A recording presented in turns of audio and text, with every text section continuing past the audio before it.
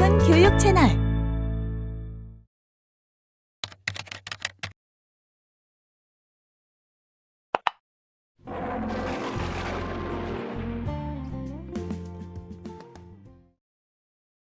(1898년) 일제와 대한제국 정부의 눈을 피해 이곳저곳 떠돌아다니던 손병희가 동학의 3대 교주로 추대되었습니다. 2대 교주 최시형이 강원도 원주에서 붙들려 사형을 당한 직후였죠. 손병희는 동학의 최고 지도자가 되자 자신과 전쟁터에서 생사고락을 함께 나누었던 이용구를 깊게 신뢰하여 그와 동고동락하며 동학을 재건하려 했습니다.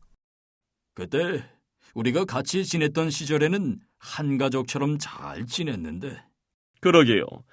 그래서 사람들이 그때가 좋았어라고 하나 봅니다. 함께 생사를 같이 하며 동고동락하던 이들이 그때가 좋았어라고 하는 걸 보니 무슨 일이 있었나 봅니다. 도대체 무슨 일이 있었을까요?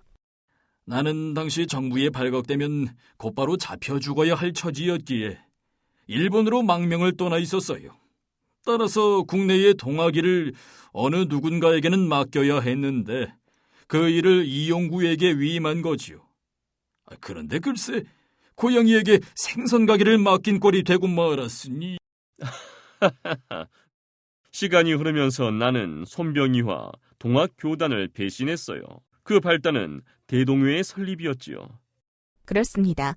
일본에 있던 손병희는 러시아와 일본의 사이가 험악해지자 양국 사이에 전쟁이 일어날 것을 미리 눈치채고 일본이 이기거나 러시아가 이기거나 우리나라가 망할 것은 분명한 일이다. 지금 우리가 할 수 있는 일은 일본을 도와 승리한 다음에 국권 회복을 위해 싸우는 길이다 라고 강조했습니다. 그래서 나는 국내의 비밀을 위해 대동회를 만들라고 이용구에게 지시한 거죠. 우리 민족이 대동단결하여 외세를 물리치자는 의미에서였어요. 그런데 말이에요. 그 이야기는 그만 넘어가자고요. 네, 이렇게 손병희의 예언처럼 1904년 러일 전쟁이 일어났습니다. 금수강산 우리 국토는 순식간에 전쟁의 소용돌이에 빠져들었습니다.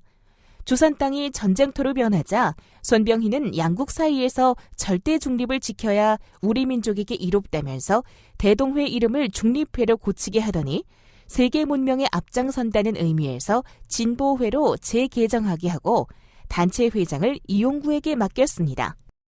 지금 생각해보면 진보회의 일을 이용구에게 맡긴 게 내 일생의 최대 실수가 아닐까 해요.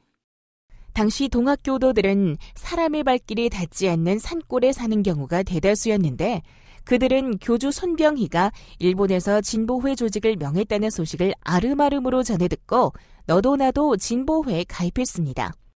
아직 조직력이 살아있다고 느낄 수 있었죠. 하지만 문제는 나에게 있었나? 그렇죠.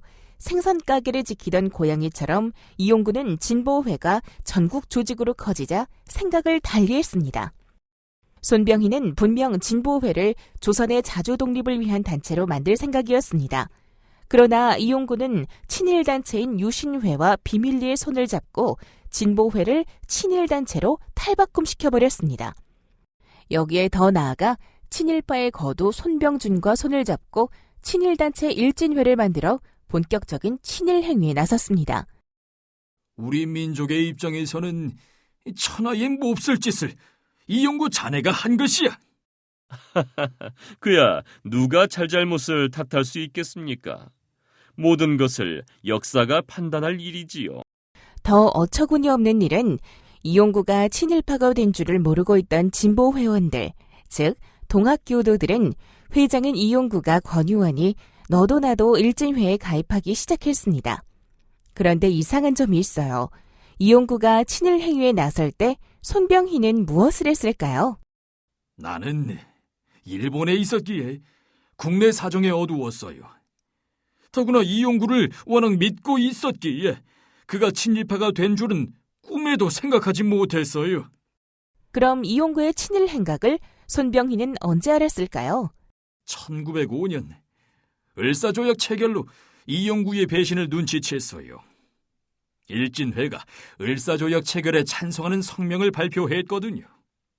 나는 이용구가 배신했음을 알고 서둘러 이용구를 일본으로 불러들여 그를 설득하기 시작했어요. 을사조약 체결을 찬성하는 것은 천부당, 만부당한 일이오라고 말이죠. 나는 그때 이렇게 말했어요. 대안으로 하여금 일본의 보호를 받아서 장차 완전한 독립을 하고자 하는 충정에서 나온 행동입니다. 라고 말입니다. 그랬군요. 결국 둘은 자신들의 입장에서 서로 다른 의견을 주장했어요. 그래서 내가 보호를 받고자 하면 보호를 버려야 한다고 반박하면서 이용구의 마음을 되돌리기 위해 노력했어요. 하지만 이용구는 끝내 교주인 나의 말을 듣지 않았어요. 맞습니다. 상황이 이렇게 변하자 손병희는 동학을 개편하여 이름을 천도교로 고쳤습니다. 손병희가 명칭을 개편하게 된 이유는 근대적 종교 명칭으로의 전환과 함께 동학에서 일진회 세력을 도려내는 일을 강화하기 위해서였습니다. 또한 교단의 명칭 변경을 통해 친일파로 변신한 이용구와 그 일당이 동학을 더 이상 친일 행위에 활용하지 못하도록 하기 위한 고육지책이기도 했습니다. 이러한 사건들을 거치면서 이용구는 완전한 친일파로 변신하여 급기야는 1910년에 본인이 앞장서서 일진회의 이름으로 대한제국은 일본에 합방되어야 한다는 성명서를 발표하며 일본으로 하여금 우리 땅을 식민지로 삼게 하는 명분을 제공해 주었습니다. 자네, 어떻게 그럴 수가 있단 말인가? 아무리 그래도 우리 땅을 식민지로 만드는 일에 앞장서다니. 몰라서 하는 소리 같은데 이게 다 나라를 위하는 길이에요. 이용구, 그는 한때 민족의식에 충만하여 민족종교 동학의 지도자로 나섰지만 일순간의 잘못된 판단으로 친일파가 된 이후 우리 민족을 일본화하기 위해 온갖 방법을 동원하여 국민들에게 친일 사상을 고취하는 데 앞장섰습니다. 그런데 더 웃긴 것은 이런 그였지만 일제강점기 시절에 북위 영화를 마음껏 누리지 못했습니다. 일본은 그들의 목표인 한일병탄이 성사되자 일진회를 해산시키고 이용구를 헌신발 버리듯이 내쳐버렸습니다. 물론 자신을 따르는 무리들로 사이비 종교단체인 시천교를 조직하여 교주 역할을 했지만 그가 저질러 놓은 일에 비하면 세 발의 피에 불과할 정도로 세가 약한 단체였습니다. 더구나 갑자기 병이 들어 1912년 44세의 젊은 나이에 세상을 떠났습니다. 한편 손병희는 일제의 지배가 시작된 이후로도 민족과 천도교를 살리기 위해 계속 힘을 쏟아부었는데 특히 우리 민족의 미래는 어린이와 청소년에 있다고 생각하여 소년운동에 열정을 다했습니다. 그러면서 민족의식이 투철한 오세창, 권동진 등과 함께 자주 독립을 고취시키기 위한 비폭력 만세 시위운동을 계획하였어요. 이 운동이 바로 1919년 3월 1일에 일어난 3.1운동입니다. 의암 손병희는 3.1운동의 대표로 만세 시위운동에 나서며 다음과 같이 말했습니다. 나는 오늘 동양결의의 행복과 평화를 위해 종시 한마디 말도 않고 침묵할 수만은 없다. 동양 평화를 위해서 본인이 직접 나서겠다는 확고한 의지를 표현한 것입니다.